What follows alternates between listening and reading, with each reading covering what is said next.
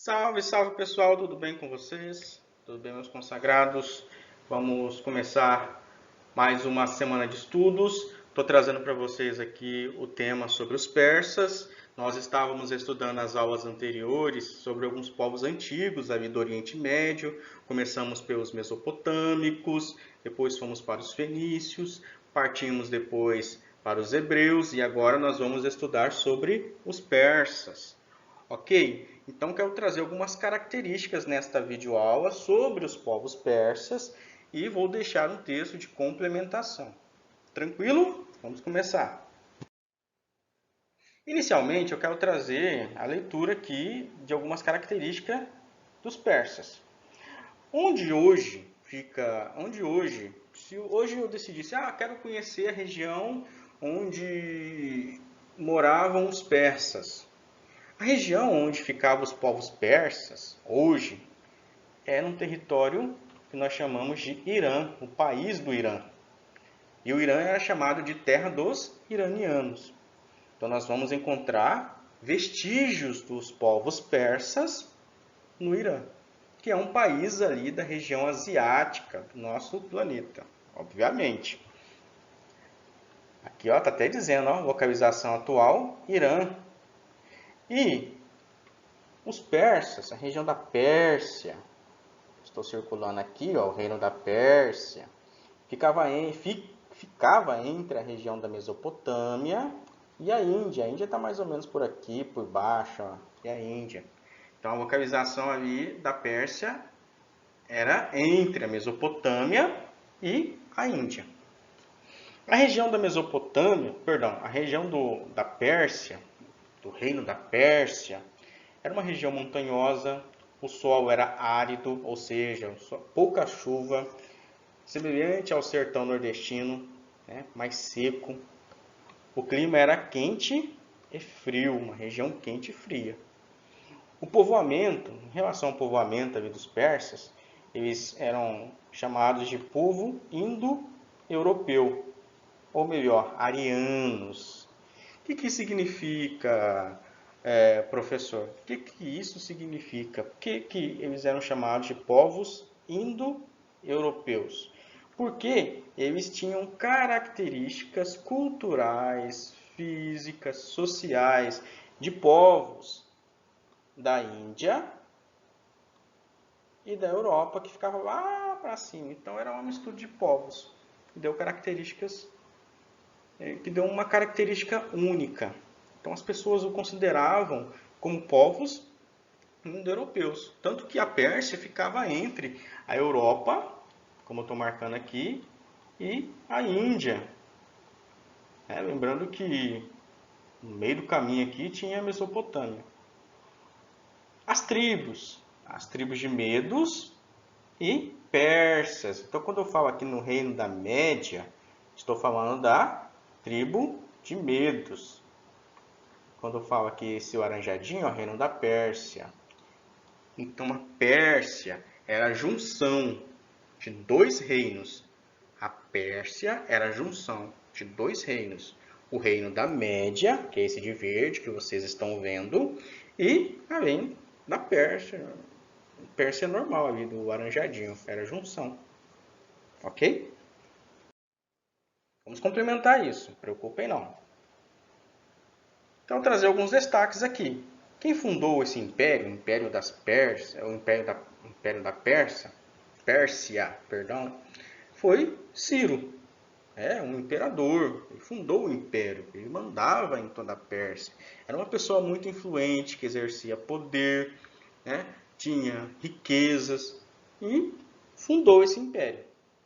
Se eu não me engano, eu acho que vocês já assistiram aquele filme 300, Os 300 de Esparta. Nesse filme vocês verão os persas, né? E a gente vai falar um pouquinho mais sobre eles mais para frente. Os persas, eles eram uma dinastia aquemenida. O que é essa dinastia aquemenida? Olha, outro nome que vocês podem, lá no futuro, seus 30 anos, dar para os filhos de vocês, aquemenida, outro nome difícil. O que é uma dinastia aquemenida? é o nome de um povo. Sim. Existia um povo que se chamava Aquemenidas e Ciro criou um império e transformou esse povo que se chamava de Aquemenidas de persas. O que o Ciro fez? Ele uniu os medos, os povos da Terra-média, com os persas. Certo? Estou bem devagar para vocês entenderem bem. Os persas eram conhecidos como conquistadores de outros povos. Eles gostavam e tinham em sua essência, em sua organização, conquistar outros povos. Houve momentos que os persas conquistaram a Babilônia, a Síria, até a Fenícia e a Palestina, e saíam conquistando outros povos. Juntavam o exército e ia invadir outros povos, invadir outros reinos e conquistar o poder sobre eles. Eles também libertaram os hebreus do cativeiro da Babilônia. Houve um período ali em que os hebreus estavam sob o poder dos babilônicos. Se vocês, eu acho que vocês vão se recordar nas aulas anteriores, quando nós estudamos sobre os hebreus, na aula da semana passada, a gente viu que o fim ali do teve um período ali que os hebreus estavam sob domínio dos babilônicos. Aí o que aconteceu? Veio os persas, libertaram os hebreus, mas os persas passaram a exercer poder sobre os hebreus. Será que realmente libertaram? Aconteceu a mesma coisa com os fenícios. Quando nós estudamos sobre o fim dos povos fenícios, nós percebemos que a Fenícia deixou de existir porque existia muita invasão. Vários povos invadiam a Fenícia. E os persas também, em determinado momento, invadiu a Fenícia. Na Pérsia também existia o que nós chamamos de tolerância cultural e religiosa. O que isso significa? A população tinha liberdade para exercer, para expressar a sua cultura, para expressar a sua religião. Eles tinham essa liberdade. Câmbice conquista o Egito. Então, aqui depois de Ciro, tivemos o imperador Cambises. Cambises chegou a conquistar o Egito. Então, toda essa área verde aqui, esse verde mais claro, foi onde o Império Persa chegou. Isso mesmo. O Império Persa, basicamente, era esse laranjadinho aqui da Terra-média. Esse verde aqui, ó, escuro, que era a Pérsia. A Pérsia era isso aí. Mas com a sua expansão, ó, eles chegaram até o Egito.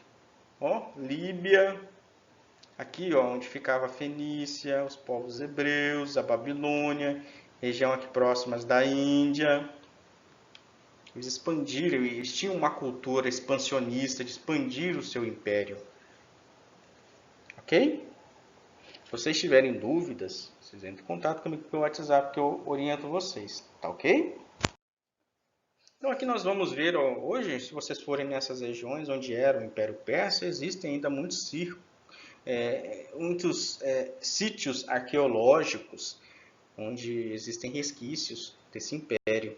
Tem uma cidade lá no Irã chamada de Passárgada, né, tema de uma poesia de Manuel Bandeira, do brasileiro Manuel Bandeira, né, que é um poeta.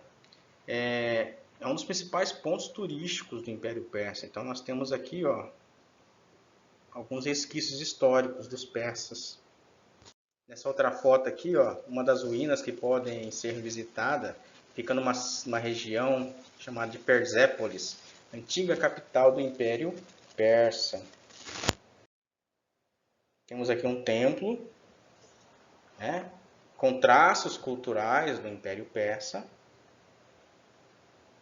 Toda esses sítios arqueológicos e culturais estão dentro do Irã. Para conhecer, tem que ir para o Irã.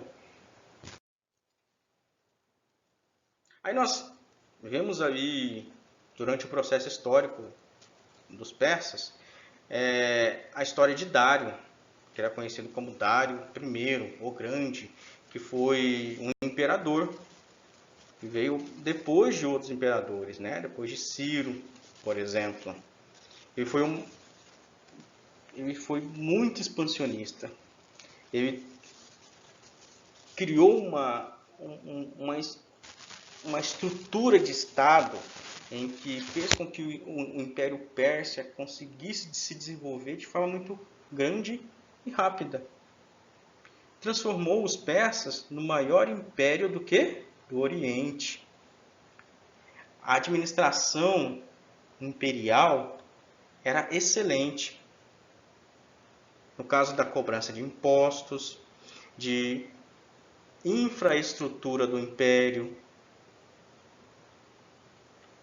os satrapias, que eram as províncias, eram unidas. Aqui no Brasil nós chamamos, aqui no Brasil a gente chama de estado. Estado de Rondônia, estado do Amazonas, estado do Acre, estado de São Paulo, estado do Mato Grosso. E, por exemplo, lá no Canadá, por exemplo, a gente chama de província. Província de Quebec, província de Ontário. Então, já lá na Pérsia, algumas as regiões que podemos dizer que poderiam ser províncias ou estados eram chamados de satrápias ou satrapias. A moeda do país, que era uma moeda única, não existia outra moeda, era o dárico, em homenagem ao imperador Dário I.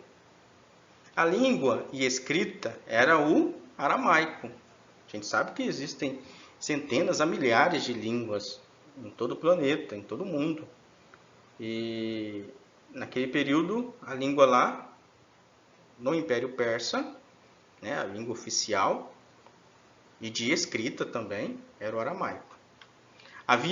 Houve a construção de uma estrada real. Como eu falei que era uma excelente administração, a infraestrutura era de certo modo muito boa. Eu vou mostrar no próximo slide essa estrada real. Tínhamos os fiscais, que é os olhos e ouvidos de quem? De Dário. Como era um império com excelente administração, Dário conseguia estar mais próximo da população, ou conseguia exercer o poder por todo o império, porque tinha uma boa administração. E em um desses grupos que faziam parte dessa administração, que permitia Dário conseguir cuidar melhor do império, eram os fiscais. Havia também a tolerância religiosa, permitia-se a livre expressão da religião, como nós vimos. E o Império Persa não existia uma capital, existia outras capitais também, como Susa, Persépolis, Passágada e Sardes, além de outras capitais, porque existiam várias províncias que não eram, que ele chamava de satrápias ou satrapias. Aqui nós temos como era o Império Persa. Aqui nós vemos o núcleo inicial. O Império Persa o território persa era desse tamanho quando ele iniciou. E ele se expandiu para todo esse verde claro aqui, ó. Aqui nós temos o que nós chamamos de estrada real. Agora imagina isso aqui construído antes de Cristo. Tinha estrada real que permitiu o comércio entre várias cidades, entre a cidade de Susa e Sardes. Ela passava bem próxima aqui da região da Mesopotâmia. Pegava essa região aqui de Sardes, é onde hoje é a Turquia, né? Região onde hoje é a Turquia. O território também se expandia aqui, como eu falei, para o Egito, onde hoje é Israel, o Líbano, parte onde hoje é o Afeganistão, é o Iraque. Então é um território muito grande. E aqui a gente vai ver como que ocorreu essa expansão do território persa. Quero começar aqui com o território inicial da Pérsia, que é chamado de Pérsia Primitiva. Entre 550 e 529 anos antes de Cristo, de uma forma muito rápida, olha só, eles expandiram o território persa, ó, todo esse laranjado aqui, ó. Estão vendo? Aqui as províncias, ó. As províncias. Aí, entre 529 e 522 a.C., eles expandiram mais um pouco. Passar aqui para onde hoje é a Arábia Saudita, que é esse verde um pouco mais escuro, né? Ó, chegaram até o Egito.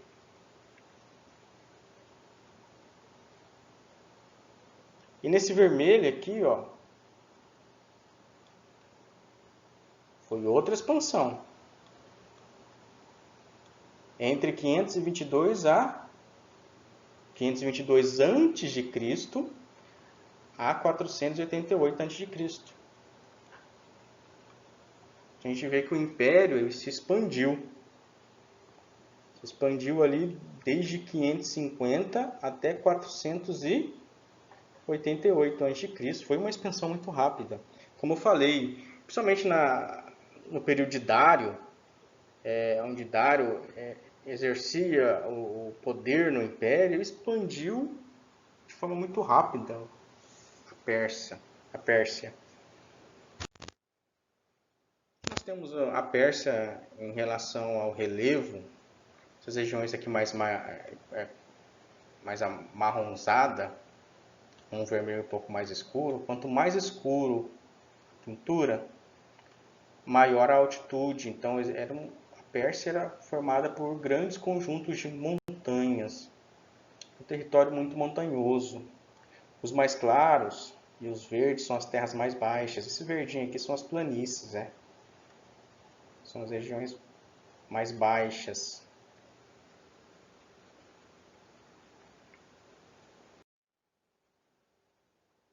Então aqui a gente consegue observar o alfabeto da língua oficial persa, o dárico, que é a moeda,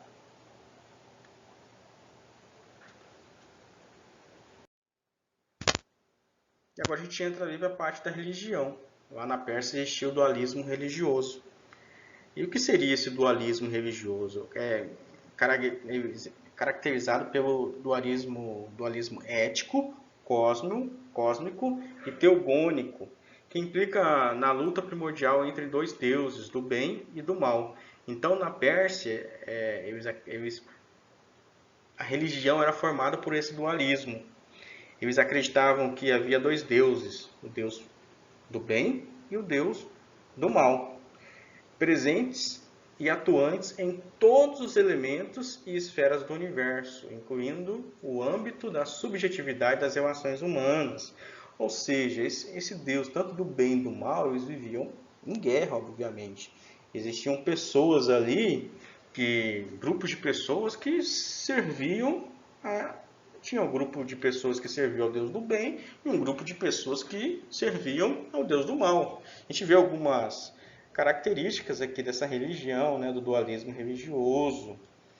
Por exemplo, o profeta deles era o Zoroastro. E, então eles acreditavam ali no zoroatrismo, olha que nome difícil, que influenciou diversos aspectos doutrinários e a tradição judaico-cristã. Ou seja, essa religião do dualismo religioso foi a base também para as religiões judaica e cristã. Então eles acreditavam, o zoroatrismo acreditava muito na leitura do universo, das esferas, ou seja, das esferas que formavam o universo, das estrelas. Então, para eles tinha esse significado. O livro sagrado deles era conhecido como Zend Avesta. Eu acho que é assim que se fala, né? Olha lá, ó. O deus do bem era chamado de Mazda e o do mal, Arimã. Eles acreditavam no juízo final, paraíso, inferno e purgatório. Purgatório é aquela região ali onde as pessoas ficam num período temporário, né, intermediário. Aí, dependendo das ações das pessoas vivas para aquela pessoa que morreu, que está no purgatório, ou ela vai para o céu, o paraíso, ou vai para o inferno. A chama de luz, né, um dos símbolos da religião zoroastrista dos persas era a chama de luz. E uma data religiosa e comemorativa, 25 de dezembro. Para muitas pessoas no cristianismo e no judaísmo, eles creem que 25 de dezembro é o nascimento de Jesus. Mas claro que para os persas tinha outro significado. Pessoal, eu trouxe algumas características dos povos persas. Não foi possível aprofundar muito, e até no livro didático, a gente analisar o livro didático, deixar algumas páginas do livro didático aqui, ele também não se aprofunda muito. Eu gostaria de explicar um pouco mais detalhado a vocês, porém não temos muito tempo, né? Por causa da videoaula, a videoaula não pode ser muito extensa, senão fica difícil até de converter o vídeo e fazer o upload, e eu fico preocupado também de vocês se cansarem com videoaula muito extensa. Então eu trouxe algumas características, e é sempre assim como eu faço, sempre quando vai surgindo as dúvidas, vocês vão mandando mensagem para mim, eu vou gravando os videozinhos explicando um pouco mais detalhado sobre a dúvida, né? Vou tirando as dúvidas de vocês. Vocês sabem que vocês podem entrar em contato com o professor, eu estou aqui para ajudar, ok? Não fiquem em dúvida. E o que vocês precisarem de mim, estou aqui mesmo para orientá-los. Beleza? Feliz Natal a todos e até mais.